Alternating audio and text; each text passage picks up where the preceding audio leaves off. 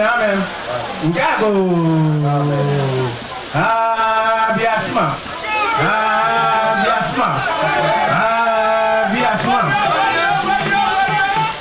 Majesty Tackie Teiko Tsuru II, Mantse, and the president of the Ga Traditional Council, Papa, Manki Bobotue, Program.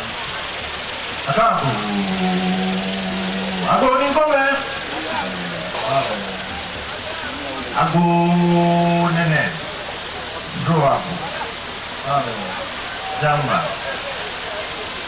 The 12. Okay, Ayiko way. Take a call Dangbe Nite. Mochu.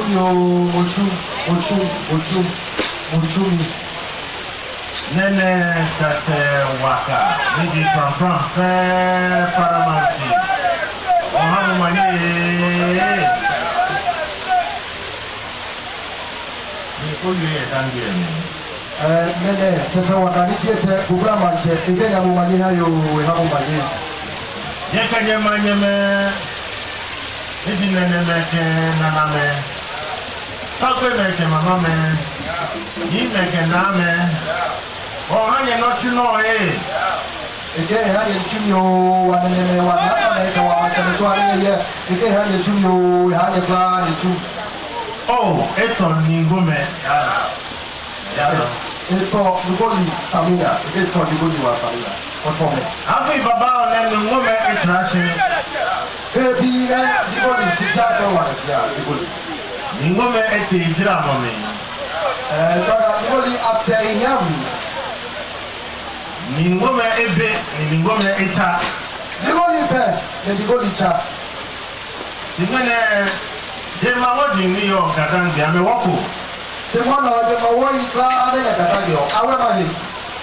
Afi baba one anate aname simene anate ya ningo. Bi ina de ya bi ina abele selame bio. Anete semona wanate. Nije tota anasi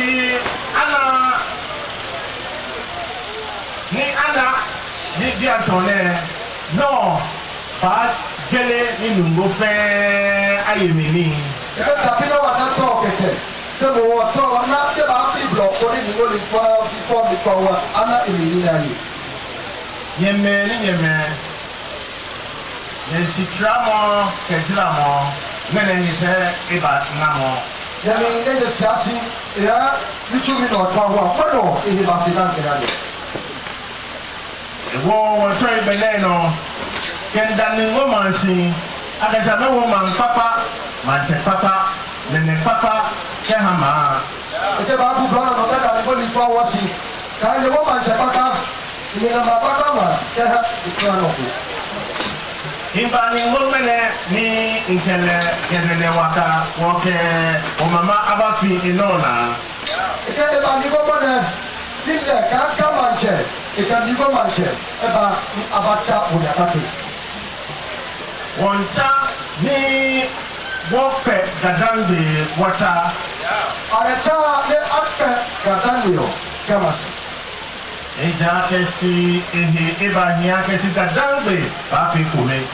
Yawa ne si de ka salika Ga-Adangbe yo Afrika. Sani wo fe kome ke ha wo wase abi kome ewo. Sale wa Afrika ke ka wa wase bi e wa fo le lo. Sani wo fe kome ni wato ma bejano ke ha wase abi kome. Dino abi kome.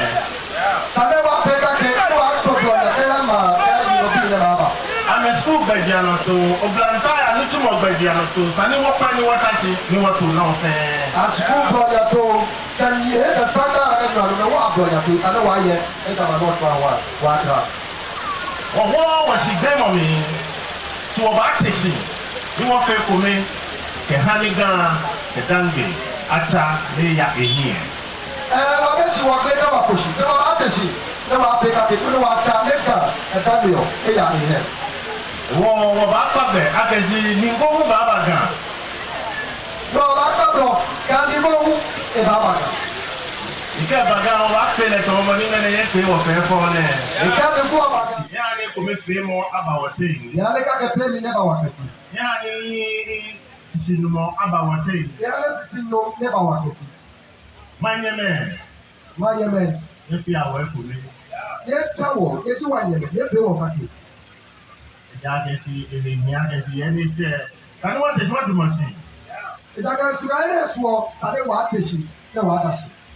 Ye he mo ke ile ke Ga-Adangbe ba fe ko mi. Ye ka ye ka Ga-Adangbe o ba fe kati. Ye he mo ke ile ke Ga-Adangbe ba fe ko mi. Ke ye he ka shem ka Ga-Adangbe ba fe kati. E ya fe ni mo pe. Chapi mo nu ke ka pe ni ma. E ya fe lo ko ni atre na. Chapi no ko ni age pe ge. O fe mo ni din. O fi abo le ji. Ga-Adangbe ba fe ko mi. Ga-Adangbe ba fe kati. Sa, ne ma je le ba. Ya wa so wa ha ni ka, ya wa fe de.